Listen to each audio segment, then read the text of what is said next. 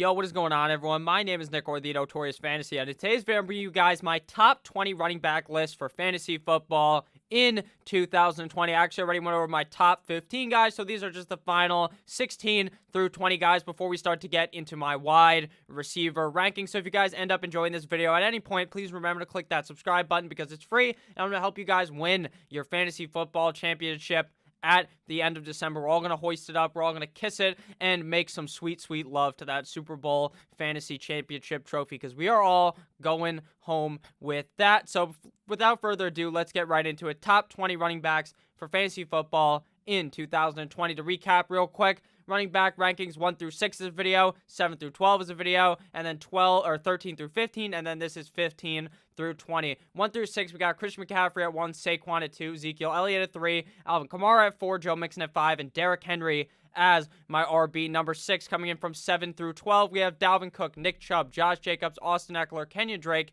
and Miles Sanders. Now, Dalvin Cook, obviously, he's going to be a confusing topic. What do you do with Dalvin Cook? Right now, I'm going to keep him at 7 because I don't know what's going to happen come August, if he's going to end up signing before then. If he doesn't sign, I'm staying clear away from him. I'm pretty much staying clear away from him anyways because I don't love him due to his injury proneness, which I actually talk about in the video rankings top 12 running backs. But I think just not moving him right now is probably the best idea. Alexander Mattison is also a confusing kind of topic because why would you draft him in the 8th round if Dalvin Cook ends up being playing? Like, what do you do there? I don't really know. I mean, Alexander Mattison will probably shoot up the draft board. He's the handcuff to Dalvin Cook if Dalvin Cook holds out, rightfully so. But right now, I'm kind of just staying away from both guys in a lot of drafts that I'm doing because I feel like they're going a little too early, and Dalvin Cook doesn't really even seem to be falling. So now, to look at running backs 13 through 15, which is my last video on running backs, Clyde Edwards-Helaire, running back 13, Aaron Jones, running back 14, and Le'Veon Bell, RB number 15. So let's get right into it now with running back number 16, Leonard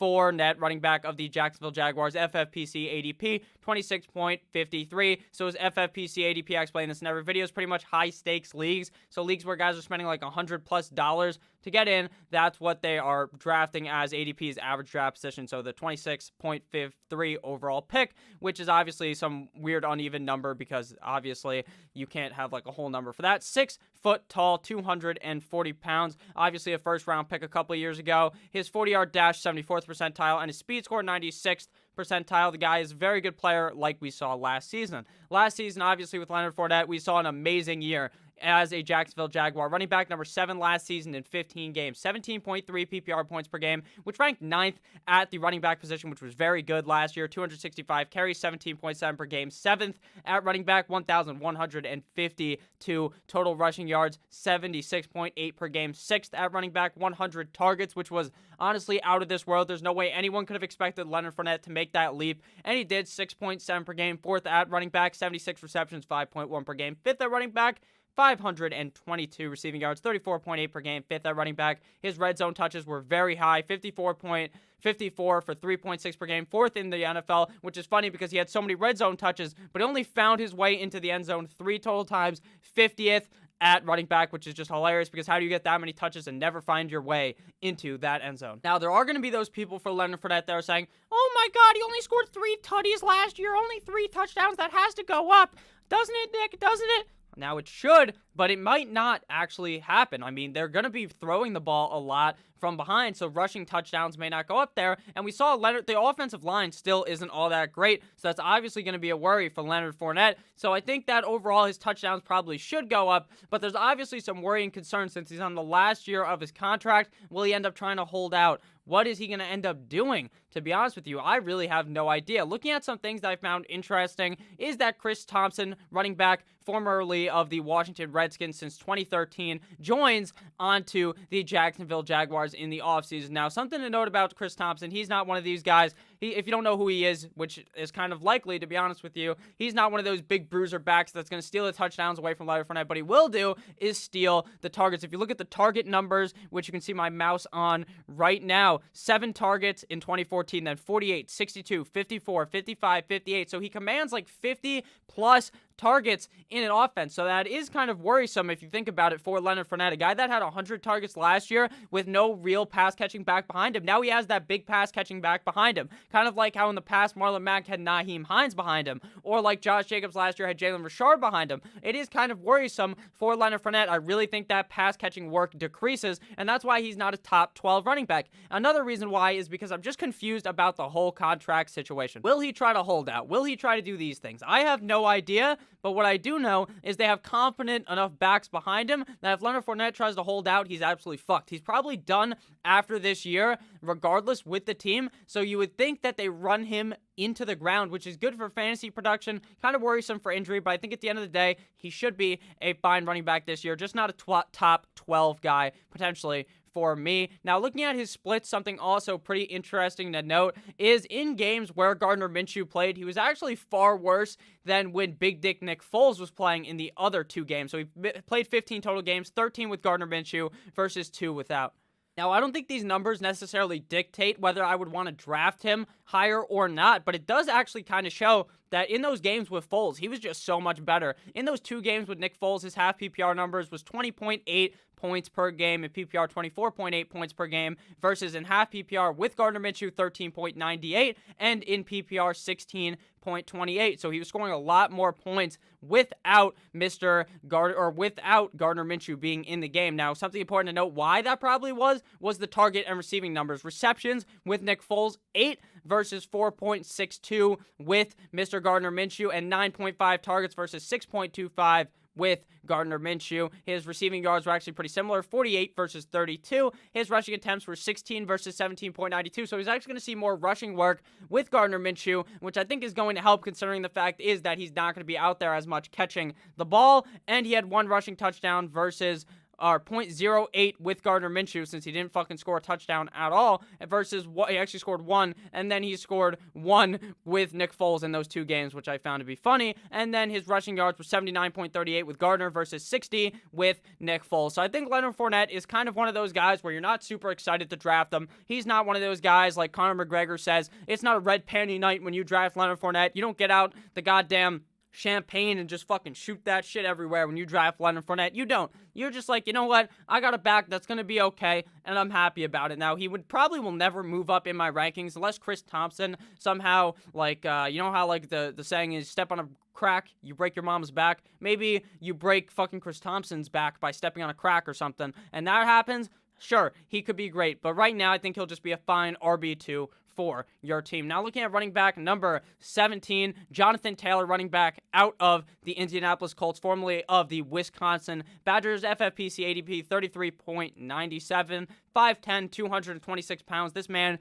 is an absolute unit. He's fucking huge, and he is super duper fast. His best comparable, according to the player profiler, is Ezekiel Elliott. Now, I don't think you need to necessarily buy into that, but what you need to buy into are these workout metrics for some guys and not buy into it for other guys, because some guys, they just run faster with the ball in their hands. Some guys play better than their workout metrics, which show that they could. 98th percentile 40-yard dash with a 4.39 at this year's combine. Amazing. 121.7 speed score, 99th percentile. Burst score, 71st percentile. And agility score is 66th percentile at the running back position. Now, Jonathan Taylor in Wisconsin was a certified fucking beast. This guy's a bell cow. He was getting 250 plus rushing attempts pretty much his whole career in Wisconsin. 14 games, 320 rushing attempts, 2,003 rushing yards. Shout out to you guys who may have not even been born in 2003. Maybe you're a little bit younger. Shout out to you guys. 6.3 yards per carry. And shout out to everyone watching this video, because if you have enjoyed thus far, please click that subscribe button. 26 receptions on 36 targets, 252 receiving yards, 26 total tutties, and 10.30% target share in that Wisconsin Badgers offense. So something to note that I actually bring up in all these videos when we're talking about these rookie running backs is the rookie running back hit rate. Now, what's interesting is that Jonathan Taylor got picked in the 2nd round. So obviously his hit rate, according to this chart, is going to be much lower. But what the chart doesn't anticipate or understand is actually how fucking good Jonathan Taylor was, and the fact that he really was a 1st-round talent as opposed to a 2nd-round talent. So looking obviously at the chart down below, you can see if you're a first-round pick, you got like a 44% chance to finish, or you're actually at the top, you can see your 44% chance to finish as a top 12 pick, or as a top 12 running back, 56% chance to finish top 24, 69% to finish top 36, and an 81% chance to finish top 48. But if you fall into the second round, 7% chance to finish top 12, 22% chance to finish top 12, or top 24, 33% chance to finish top 36, and a 48% chance to finish top 48. So I think you can kind of weigh it in the middle here, to be honest with you, because I think he deserved to be a first-round pick, but he got kicked back because no one was taking running backs. The only running back taken in the first round was Clyde Edwards-Helaire by the Kansas City Chiefs at pick 32. It took all the way till the end of the first round for a running back to be selected, so I think he really has that talent. I think Jonathan Taylor should be very good this year, but obviously there is concerns that it will take a while, and that's why I have him ranked so low. If he was picked in like the top 5, top 10, I would be so solidified in thinking on whatever team he was on, he could be a top 10 running back. But that's just how the fucking cookie crumbles. He should be good this year, but when he gets drafted here, he's being drafted into a backfield that obviously has guys around him that are talented. Marlon Mack was an 1,000-yard rusher and could still be an 1,000-yard rusher, so it might take a while for Jonathan Taylor to overtake that. He's going to be in what is called a running back by committee for the beginning of the year, I think, and then eventually I think he's going to be able to pass up Marlon Mack based on his strong attributes and his strong talent. Once coaches bring up that running back by committee word, that shit scares the fuck out of me, but I really believe in the immense talent of Jonathan Taylor to have him ranked up this high. Just like last year, we all thought Miles Sanders would be great. He was stuck in the running back by committee. It took a bunch of weeks. Everyone got hurt, and he was good. So let's just hope that Mr. Jonathan Taylor can break free, start soaring, and start flying, and potentially become a top 12 guy. But right now, I got him as running back numero 17. Now, looking at running back number 18, we have Chris Carson, running back of the Seattle Seahawks, FFPC ADP, pick numero 40, 6 foot tall, 218 pounds. His 40-yard dash is 53rd percentile, 61st percentile speed score, 87th percentile burst score, and 74th percentile bench press with a 14th percentile agility score, and a 100% workout metric of fumbling the ball, because this guy has fucking fumble-itis like no other. Now, looking at his stats from last season, Chris Carson was a very good running back, and there's obviously concerns of why he's down at running back 18, but he finished as running back 12 last year. That I'm going to talk about right after I read off his stats. So last year, running back 12 in 15 games, 15.5 PPR points per game, 12th at running back, 278 carries, 18.5 per game, 5th at running back, 1,231 rushing yards, 82.1 per game, 5th at running back, 46 targets, 3.1 per game, 25th at running back, 37 receptions, 2.5 per game, 22nd at running back, 267 receiving yards, 17.8 per game, 29th at running back, red zone touches were 43, 2.9 per game, 13th at running back, and total touchdowns was 9th at running back, or 9 touchdowns, 10th at running back. So Chris Carson had a very productive year. Now, what was the backfield situation looking like last season in Seattle versus right now? Last season, they had, at the beginning of the year, it was pretty much Chris Carson, and it was the Chris Carson and Rashad Penny show. And then, obviously, at the end of the season, in the playoffs, Chris Carson's hurt, Rashad Penny's hurt, so they bring in Marshall, and they have all these other guys, a carousel of running backs. So, what does it look like right now? And is this why I have Chris Carson ranked so low? Special answer. The answer is actually yes. They bring in Carlos Hyde in the offseason. Carlos Hyde was an 1,000-yard rusher last season, so that's obviously very scary to bring in to a Seattle backfield. Rashad Penny is likely going to begin the season on the PUP, which means physically unable to participate, so it doesn't seem like he's going to be starting the season. It may take a couple of months for Chris Carson to get into game shape, which is good for Chris Carson, and they draft DJ Dallas in the 4th round of the 2020 NFL Draft. Now, DJ Dallas, DJ Cowley, does not scare me at all, but Carlos Hyde really does. Carlos Hyde has me shitting me pants, shiver me timbers. I'm kind of scared of Chris Carson. Now, I think he's safe because I think he will produce a lot of rushing floor. There is obviously concerns in his passing game because he does not get too many dump-offs his way. I think Chris Carson will be a fine pick, but obviously for those reasons, that's why he's down at running back number 18, especially the addition of Carlos Hyde. The only benefactor to all this, or the only positive light, the way you could bend this positively, is the fact that now Chris Carson won't be getting as many touches, which will defend the fact that he may not fumble the ball as many times, which will obviously help him stay on the field, even though Pete Carroll just goes, he's chewing his fucking gum on the sideline, and he just says, fuck it, Chris Carson, get back in the game, even though you fumbled it away, and we said we will not approve of fumbling. Another thing to note is that the Seattle Seahawks just run the ball so goddamn much that it shouldn't even matter if Carlos Hyde is there for Carlos Hyde to produce as a top 20 running back in 2020. Running back number 19 here is David Montgomery, running back of the Chicago Bears, 50.17 FFPC ADP, 5'10", 222 pounds. His workout metrics are god-awful for a guy who last year many compared this guy to Barry Sanders. They also said he was like LT. They were saying he's like every single great running back combined into one, and then he actually just took a big, great shit on your bed, and you should have worn your Huggies to sleep when you drafted David Montgomery because he screwed you over. 4.63 40-yard dash, 37th, 96.6 speed score, 50th percentile, 10th percentile burst score, 55th percentile agility score, and 11th percentile bench press at running back. Now, David Montgomery of the Chicago Bears is a solid running back, at least to me. Now, last year, he did not do shit to prove that he was good, but I think what happened in the offseason is going to prove to make him better. Last year, running back number 24 in 16 games, 10.4 PPR points per game, 32nd at running back. So if he played less than 16 games, he would have been a complete and utter dumpster fire, not a top 24 running back. He probably would have been like a top 35 running back because he finished 32nd in PPR points per game, 242 carries, 15 points per game, 13th in the NFL, 889 rush yards, 55.6 per game, 18th in the NFL, 35 targets, 2.2 per game, 39th in the NFL, 25 receptions, 1.6 per game, 41st in the NFL, 185 receiving yards, 11.6 per game, 44th in the NFL, red zone touches were 35, 2.2 per game, 19th in the NFL, and total tutties 7th, 17th in the NFL. Now, the question you might be asking yourself is, what failed David Montgomery? Did David Montgomery fail David Montgomery? Did Matt Nagy, that dumbass coach wearing the visor, fail David Montgomery? Or did the situation and the quarterback play by kissing titties Mitchell Trubisky fail David Montgomery? I honestly think it's a combo of the three. The coaching just wasn't giving him the ball a lot earlier in the season. They started to give it more later in the season for David Montgomery. That's a negative. Now, David Montgomery also screwed David Montgomery. It's like that meme of the guy where it's the guy sitting in the chair, and it's a guy pointing himself. He's pointing a gun at himself. Visual meme for you guys. That's what fucking happened. David Montgomery fucked David Montgomery because he got 242 carries, 15.1 per game, 13th ranked in the NFL at running backs for carries.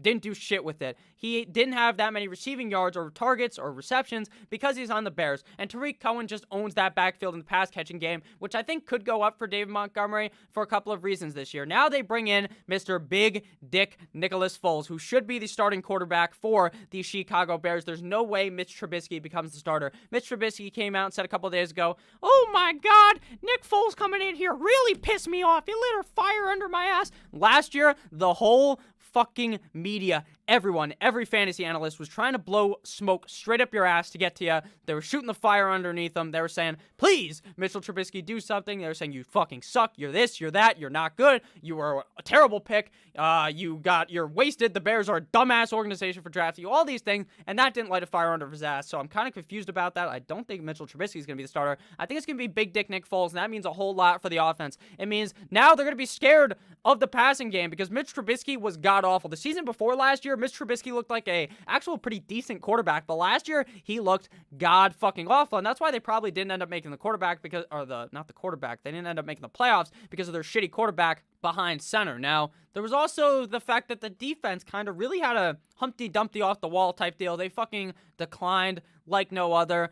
Very bad for them, but I think David Montgomery will be fine this year. Looking at his stats per game, he kind of really only did good against these bad teams. You notice against Green Bay, just gets absolutely plowed. The next week against Denver, does pretty good. Against Washington, does pretty good. Against Minnesota, does okay. Against Oakland, does good. And then he shits the bed against New Orleans. And then against the Chargers, does good. And then good. He would pretty much just had those hot streaks where he was doing good, and then he would shit the bed. Notice how he does good 1-2 weeks in a row, does shit 3 weeks in a row, does good, and then shits the bed, and then does really good. He's very, very, very volatile, very, very inconsistent, but I think this year we see a much more consistent version of Mr. David Montgomery. Hopefully, Big Dick Nick Foles saves Chicago. Now, coming in here at the final running back of the video, and the final video about running back rankings, we got David Johnson, as the fantasy footballers like to call him. David Johnson, running back of now the Houston Texans, formerly of the Arizona Cardinals, 36.07 FFPC ADP, 6'1", 224 pounds, and his workout metrics will make you absolutely ejaculate out of your eye sockets. 40-yard dash, 77th percentile, 91st percentile speed score, 96th percentile burst score, 83rd percentile agility score, and 85th percentile bench press. This guy is an absolute unit, but he's a unit that comes with some inconsistencies, not in his play, but in his health. If you guys have enjoyed this video thus far, I know we're like like 20 minutes deep in this video, please click that subscribe button. And if you made it this far, make sure to leave a comment saying the word LT. Shout out to LaDainian Tomlinson, David Johnson's best comparable. And if you're watching this on a podcast or listening on a podcast, because I don't know, maybe you're just sitting here watching your phone as you're listening to me, please leave a review. I would really appreciate that if you're on Apple. So David Johnson, Houston Texans, now running back number 24 last season in Arizona. Played 13 games, but he really only started 9, so he didn't really play that many games. 11.8 PPR points per game, not too shabby. He did better than David Johnson, and he was, or not David Montgomery, 29th at running back. He finished with 94 carries, which is very bad, 7.8 per game, because what happened was he fucking ended up getting hurt, and then he comes back, he's running in slow motion. Chase Edmonds is doing good. They bring in Kenyon Drake. David Johnson just gets absolutely skull-fucked by the Cardinals organization, but then he gets revived in Houston this year. 345 rushing yards, 50th in the NFL, not very good. 47 targets, 30.9, 24th in the NFL, 36 receptions, 3.0 per game, 24th in the NFL, 370 receiving yards, 30.8 per game, 16th in the NFL, red zone touches 23, 1.9 per game, 36 in the NFL, and total tutties were 6, 26th in the NFL. So obviously he gets shipped off with a used condom to go to Houston for DeAndre Hopkins. The Cardinals clearly won that trade. David Johnson's an old man. Not really even that fucking old, if I'm being honest with you, but he's been used. He's like a used condom as well. David Johnson, very sad what has happened to him, but he could revive his career in Houston. The Johnson and Johnson backfield. They got Duke Johnson and David Johnson. Now, the worry, though, is that Duke Johnson could be taking away some of David Johnson's dump-offs, but then again, Bill O'Brien's a fucking dumbass with that butt chin who doesn't understand how to use a running back that can catch the ball. If he used Duke Johnson correctly last year, oh my God, they would have been looking so much better in a bunch of games. Now, obviously, to look at him, the Texans vacated stats from last season. Obviously, Carlos Hyde is gone and joined Chris Carson in Seattle. Now, last year, 254 rushing attempts are vacated, which means David Johnson could get them. 1,110 rushing yards, 6 rushing touchdowns, 17 targets, and 51 receiving yards. So I think David Johnson is prone to get absolutely force-fed down his throat. People are telling Mr. B.O.B., Bill O'Brien, that he's a dumbass, that he fucked up. So what Bill O'Brien's going to do is he's going to sit back and just hammer it. Hammer to David Johnson. The question is, can David Johnson stay healthy? Now, looking at sportsinjurypredictor.com, he's deemed a medium risk of injury. Pretty scary, but he's a 4 out of 5 on the durability scale. So once he gets hurt, he will be able to come back unless he tears ACL or something. His projected games missed for 2020 is 2.7. So David Johnson is a very high upside pick due to the fact that the volume, I think, is going to be very high. The situation isn't very good because they no longer have DeAndre Hopkins, and they have a bunch of fucking garbage-ass wide receivers. They're not even garbage wide receivers because Brandon Cooks, Will Fuller, Randall Cobb are all good, but Will Fuller and Brandon Cooks are just as injury-prone as it gets, so that's scary, as is David Johnson. I think that he's a solid pick, but I'm not the fantasy counselor telling you that he's a top 5 running back because that is insane in the membrane. Thank you guys all for watching this video. If you ended up enjoying, please make sure to click that subscribe button that's on your screen right now or down below. Make sure to leave a comment and have a great rest of your day. I love each and every single one of you guys. Click on one of the videos on your screen, and I'll see you guys tomorrow with yet another banger of a video. I love you all. Goodbye, my friends.